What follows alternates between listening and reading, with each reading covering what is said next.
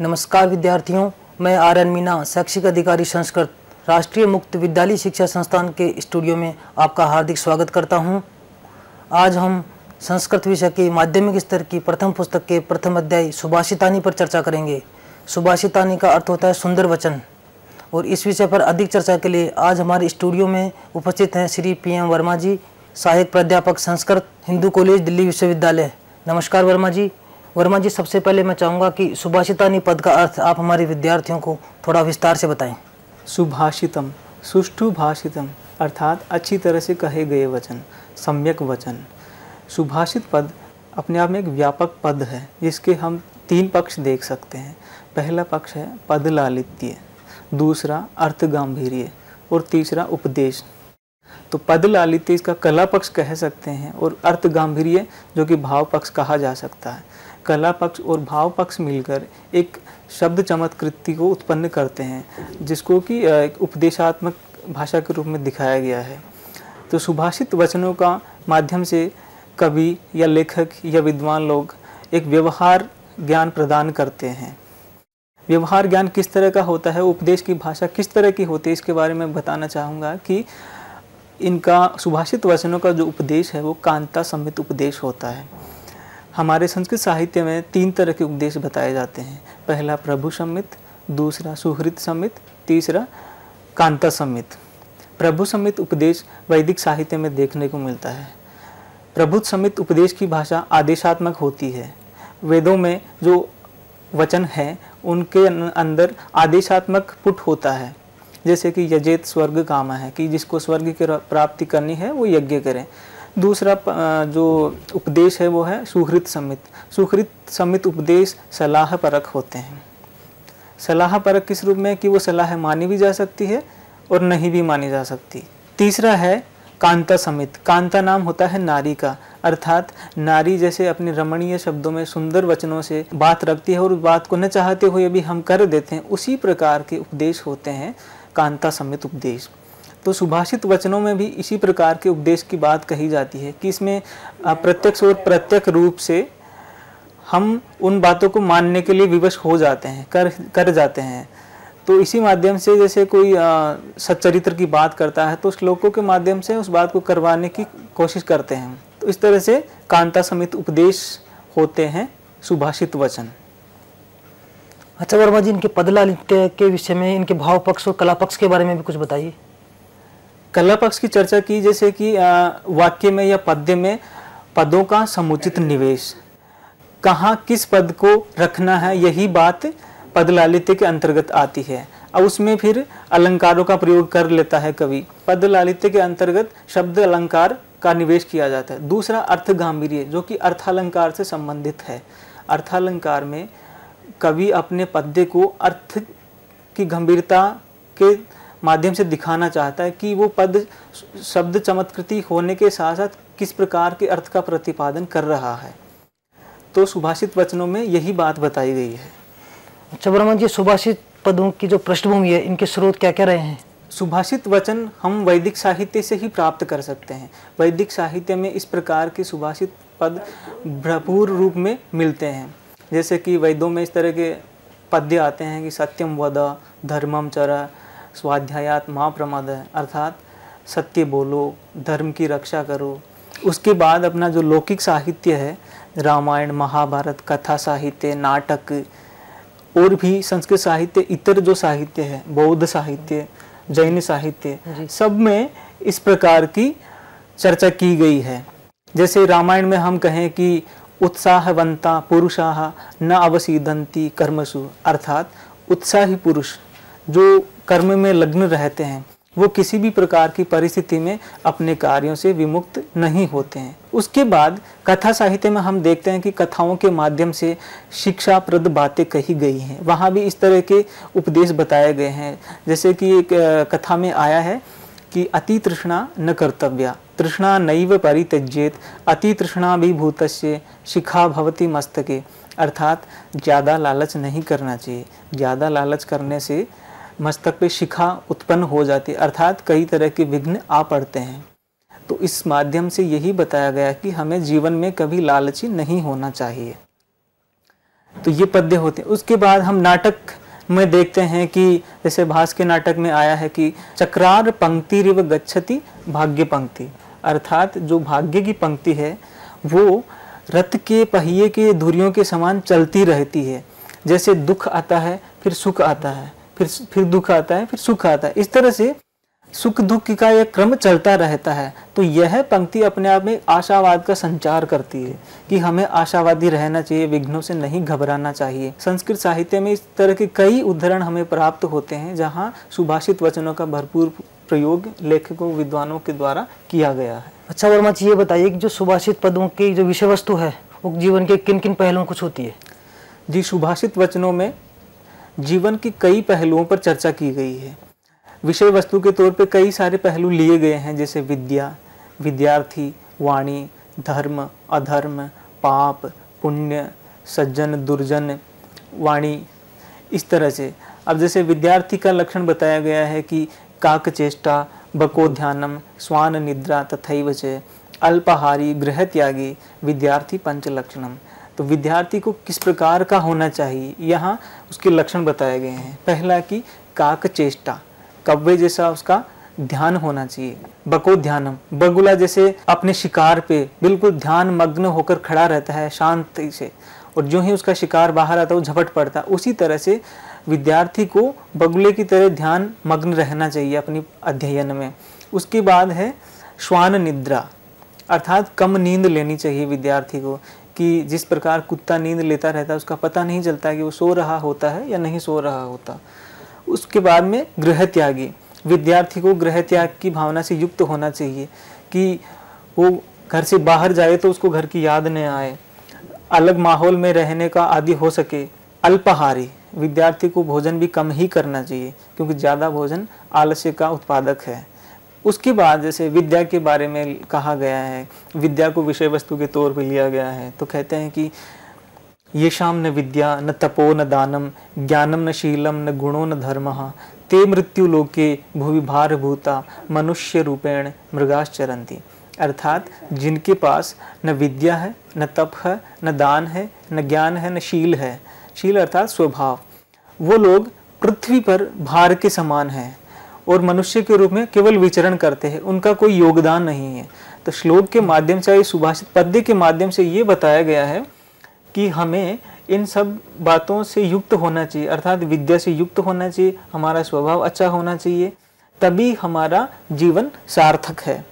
उसके बाद कहते हैं कि साहित्य संगीत कला विहीन साक्षात पशुपुच्छ विषाणहीन तृणम न खादन्न जीवमान परमम पशुनाम तद्भाग्य देयम। अर्थात ऐसे व्यक्ति जो साहित्य संगीत कला आदि से विहीन है, अर्थात जिनको इनका ज्ञान नहीं है, वो उस पशु के समान है जो पूंछ और सींग से रहित हैं और धरती पर भार स्वरूप हैं, कुछ न खाते हुए इस धरती पर विचरण कर रहे हैं।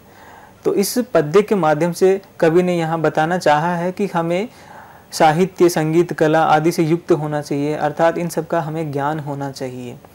उसके बाद में सुभाषित पद्यों में विषय वस्तु के रूप में जैसे सज्जन और दुर्जन आदि, तो कहा गया कि सज्जन की मित्रता की बात की गई है।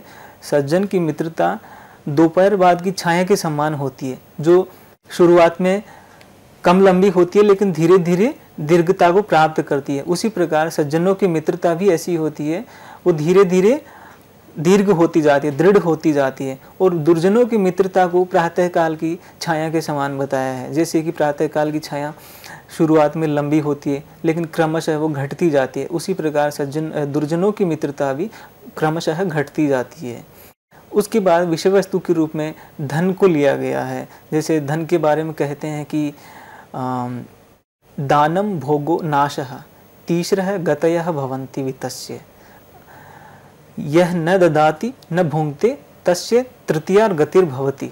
अर्थात दान, भोग और नाश, धन की तीन ही गति होती है। जो न तो दान करता है न खुद भोग करता है, उसके धन की तीसरी गति होती है। तो यहाँ सुभाषित पद्य के माध्यम से ये बताया गया है कि धन का दान भी करना चाहिए, उपभोग भी करना चाहिए, तभी उसका महात्म्य है, उसका महत्व है जीवन में। फिर कहा है कि यस्यास्ति वित्तं स नर पंडितः, कि जिसके पास धन है वही पंडित है, वही विद्वान माना जाता है और वही कुलीन माना जाता है।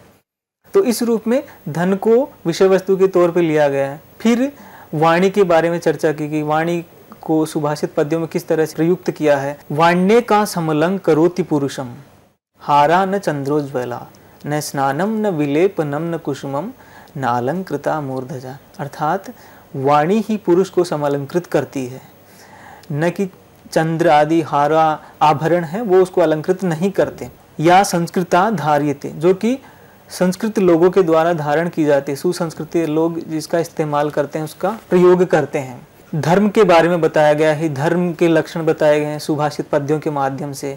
राजा का प्रजा के प्रति क्या कर्तव्य है, माता और पिता का क्या कर्तव्य है। तो माता पिता के बारे में कहते हैं कि माता शत्रु पिता वेरी, ये न बालो न पाठित है, न शोभते सभा मध्य, हंस मध्य बको यथा। अर्थात माता और पिता को अपने पुत्र को अवश्य ही पढ़ाना चाहिए। ये न पढ़ा लिखा हुआ पुत्र हंसों की सभा में उसी प्रकार शोभा नहीं देता जैसे उनके बीच में कोई बगुला आ जाता है। तो सुभाषित पद्य के माध्यम से यहाँ बताया गया है कि हमेशा अपने पुत्र आदि को विद्याध्ययन कराना चाहिए, अध्ययन में पारंगत करना चाहिए, नहीं तो फिर जीवन का महत्व खत्म हो जाता है। तो इस प्रकार से सुभाषित पद्यों में विषय वस्तु के तौर पर कई जीवन के पहलुओं को लिया गया है। प्रस्तुत पाठ में लौकिक साहित्य से संबंधित कई महाकाव्यों, नाटकों आदि से श्लोक लिए गए हैं, जिसमें कि पहला श्लोक है अभिवादनशीलस्य नित्य वर्धोपसेविनः चत्वारि तस्य वर्धन्ते आयुर्विद्या यशोबलम। अर्थात अभिवादनशीलस्य, जो बड़ों का सम्मान करे, जो बड़ों का आदर करे, बड़ों को इज्जत दे, और उसका अभिवादनशील से। नित्यम वृद्धोपसेविन है, जो नित्य वृद्ध लोगों की सेवा करे। वृद्ध का अर्थ यहाँ है कि जो ज्ञान वृद्ध है, वयोवृद्ध नहीं बल्कि ज्ञान से वृद्ध, जो अनुभव में काफी आगे हैं। ऐसे लोगों के सानिध्य से या सेवा करने से उन लोगों की आयु, विद्या, यश और बल में क्रमशः वृद्धि होती है।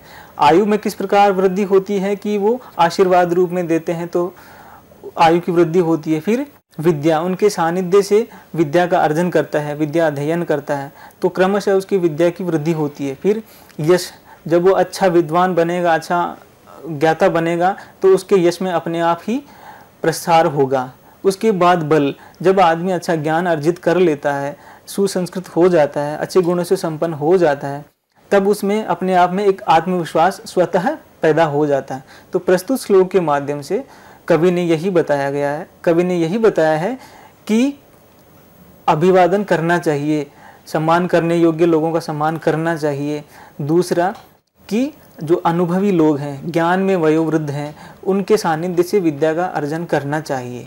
तो यही उपदेश दिया गया है। उसके बाद इसमें बताया है कि जैसे यथा खनन खनित्रेण नरो वार्य अधिगच्छति तथा गुरुगताम विद्या शुश्रूषर अधिगच्छति, कि जिस प्रकार कोई खनिक खान में काम करता हुआ या खोदता हुआ कुदाल से जल को प्राप्त कर लेता है, उसी प्रकार गुरुगताम विद्याम, जो गुरुजनों के पास जो विद्या होती है उसको शुश्रूषा सेवा करते हुए प्राप्त कर लेता है मनुष्य।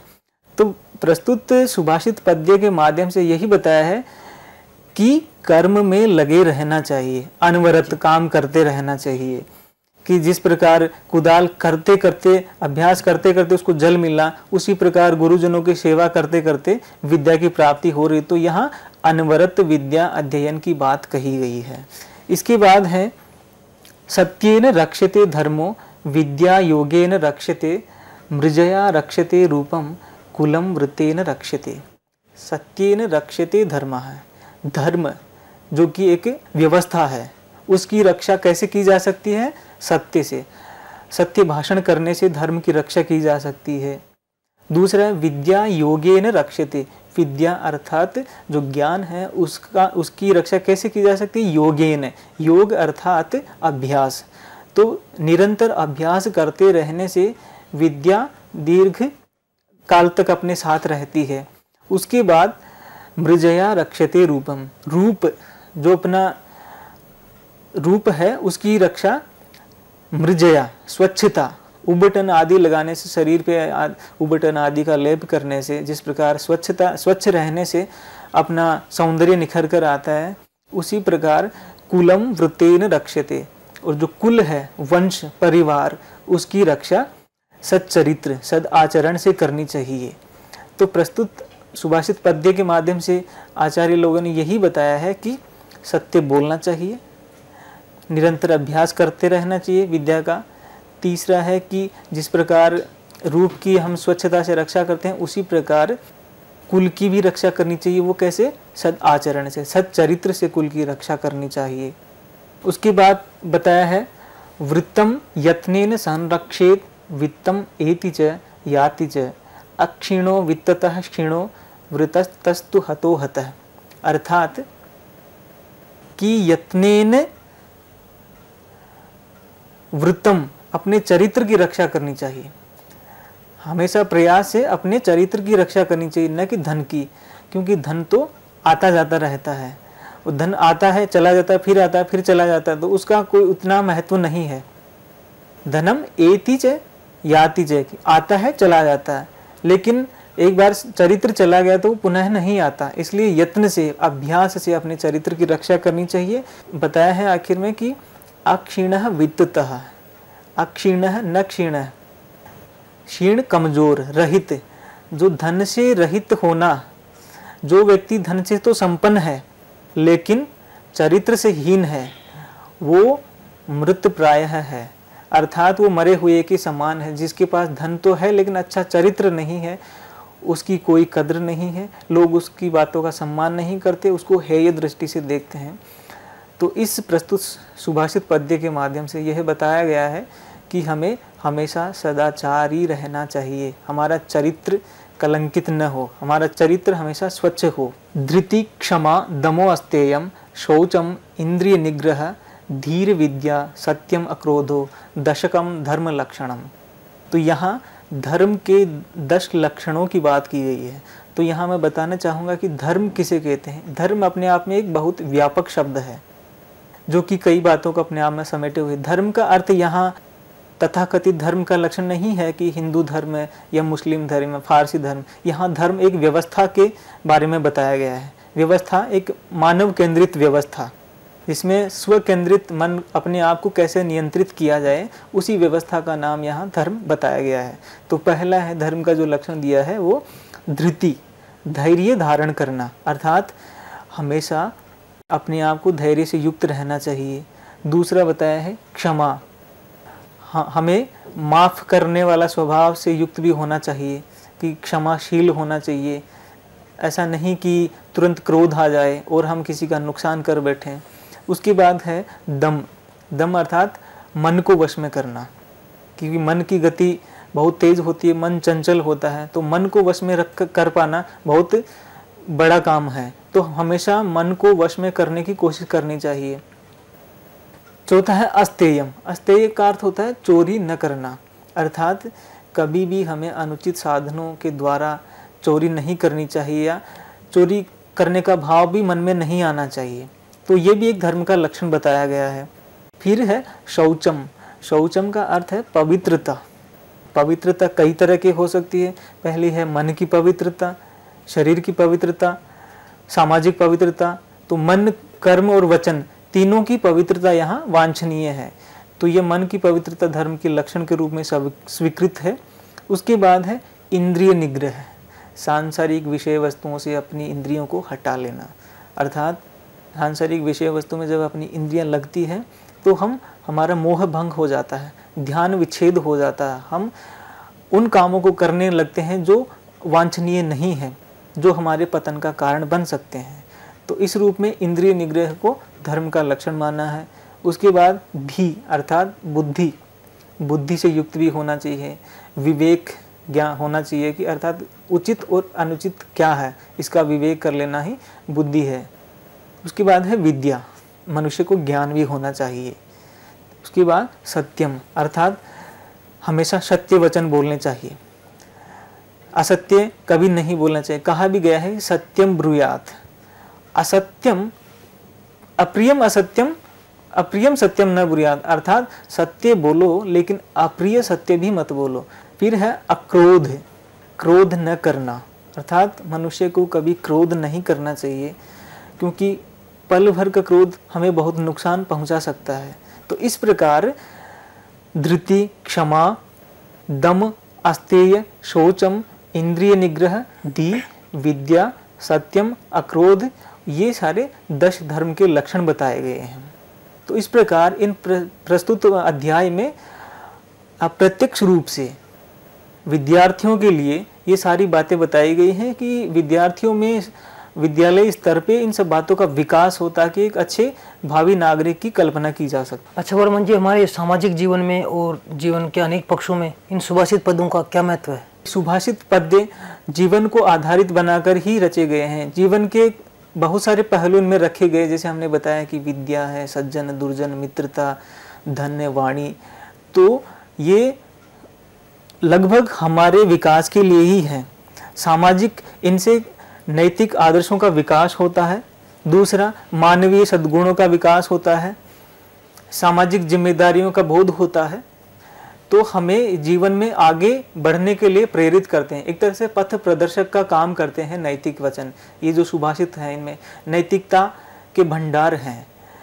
जैसे होता है कि परिवार में माता का पिता के प्रति और पिता का पुत्र के प्रति, माता के पुत्र के प्रति क्या कर्तव्य है, इन सुभाषित पद्यों के माध्यम से हम विद्यार्थियों में डाल सकते हैं। विद्यार्थी उसको अप्रत्यक्ष रूप से जब ग्रहण करेंगे, क्योंकि पाठ्य पुस्तक की सामग्री जब अपने अंतःस्थल में उतारते हैं तो वो व्यवहार में भी उसको उतारने का प्रयास किया जाता है। तो इस तरह से सामाजिक जीवन में एक अंग के रूप में सुभाषित पद्यों को हम देख सकते हैं कि इनके बिना हम नहीं रह सकते। अच्छा वर्मा जी, इस प्रस्तुत अध्याय में जो व्याकरणीय पदों के बारे में चर्चा की गई है, कुछ व्याकरणीय पद हमारे विद्यार्थी को समझाइए कि किस तरह से वो इसका अध्ययन करें। प्रस्तुत जो पद्य हैं इनमें कुछ व्याकरणांश आए हैं जिनके बारे में हम चर्चा कर सकते हैं। जैसे कुछ धातु पद हैं, जैसे प्रथम श्लोक में आया है कि वर्धन्ते, तो यहाँ वृद्ध धातु जो बढ़ना के अर्थ में है, उसमें प्रथम पुरुष एक वचन के लट लकार का रूप है। दूसरा है कि संरक्षेत, यहाँ सम उपसर्ग पूर्वक रक्ष धातु जो कि विधिलिंग लकार में प्रथम पुरुष एक वचन के रूप में प्रयुक्त की गई है। उसके बाद कई जैसे संधि युक्त पद हैं जिनके बारे में हम चर्चा कर सकते हैं। जैसे पहला पद आया कि वृद्धोपसेविनः, अर्थात वृद्ध उपसेविनः, तो यहाँ गुण संधि का उदाहरण है। यहाँ पहले पद में अ, दूसरे पद में उ, दोनों के स्थान पे ओह आदेश हो जाता है, तो ये गुण संधि का उदाहरण हुआ। उसके बाद में एक यण संधि का उदाहरण आया है, वार्य अधिगच्छति, अर्थात वारी अधिगच्छति। यहाँ इको यणचेक सूत्र के द्वारा ई के स्थान पे पर में अच होने के कारण यकार आदेश हो जाता है, तो पद बनता है वार्य अधिगच्छति।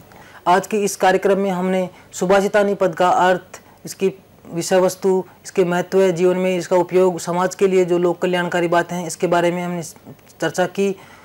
और आगे भी हम संस्कृत विषय के अन्य अध्यायों के बारे में चर्चा करते रहेंगे। और वर्मा जी, आप हमारे NIOS स्टूडियो में आए, इसके लिए आपका बहुत बहुत धन्यवाद।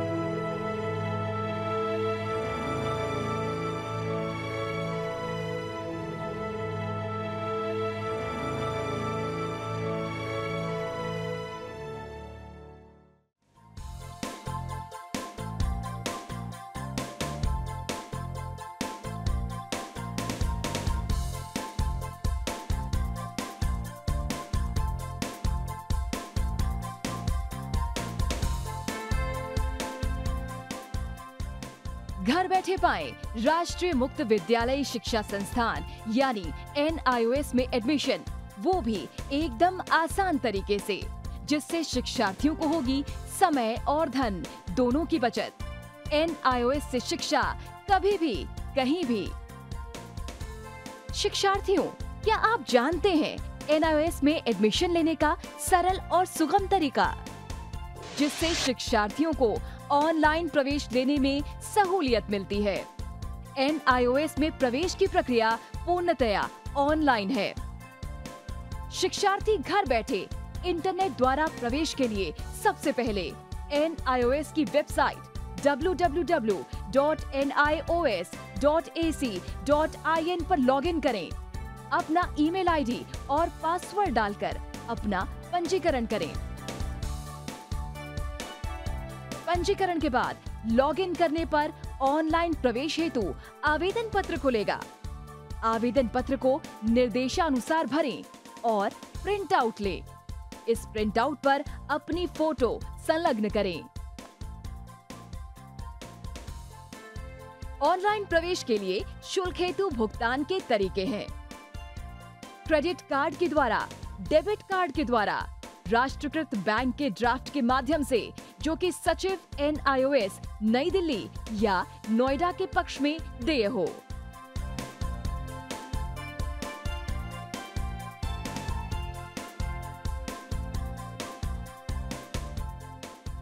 भरे हुए आवेदन पत्र के साथ साथ डिमांड ड्राफ्ट और संलग्न किए जाने वाले दस्तावेज हैं: जन्म रजिस्ट्रार के जिला कार्यालय से जारी जन्म प्रमाण पत्र की सत्यापित प्रति, जिसमें जन्म तिथि अंकित हो, पिछले विद्यालय से प्राप्त विद्यालय छोड़ने का प्रमाण पत्र, जिसमें आवेदक की जन्म तिथि लिखी हो। प्रवेश फॉर्म का प्रिंट आउट NIOS के संबद्ध क्षेत्रीय केंद्रों पर 10 दिनों में पहुंच जाना चाहिए, अन्यथा उचित दस्तावेज न लगे होने पर आवेदन फॉर्म रद्द किया जा सकता है। प्रवेश प्रक्रिया की पुष्टि होने के बाद शिक्षार्थियों को परिचय पत्र व अध्ययन सामग्री डाक द्वारा तुरंत पहुंचाई जाती है। ऑनलाइन प्रवेश एक बहुत ही सुगम और सुविधाजनक प्रवेश प्रणाली है। Online on time for safe and secure admission.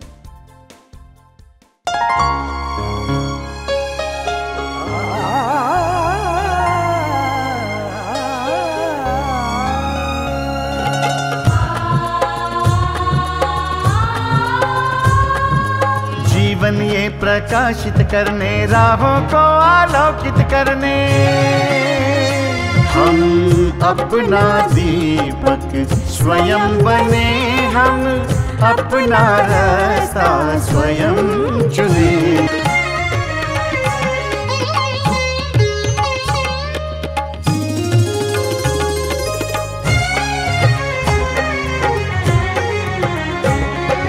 धन साधन समय की सीमा से विद्यालय जो मुक्त हो, धन साधन समय की सीमा से विद्यालय जो मुक्त हो। कभी पढ़े हम कहीं पढ़े, वे विषय की लोच से युक्त हो। मित्रों हम उठे और जागे,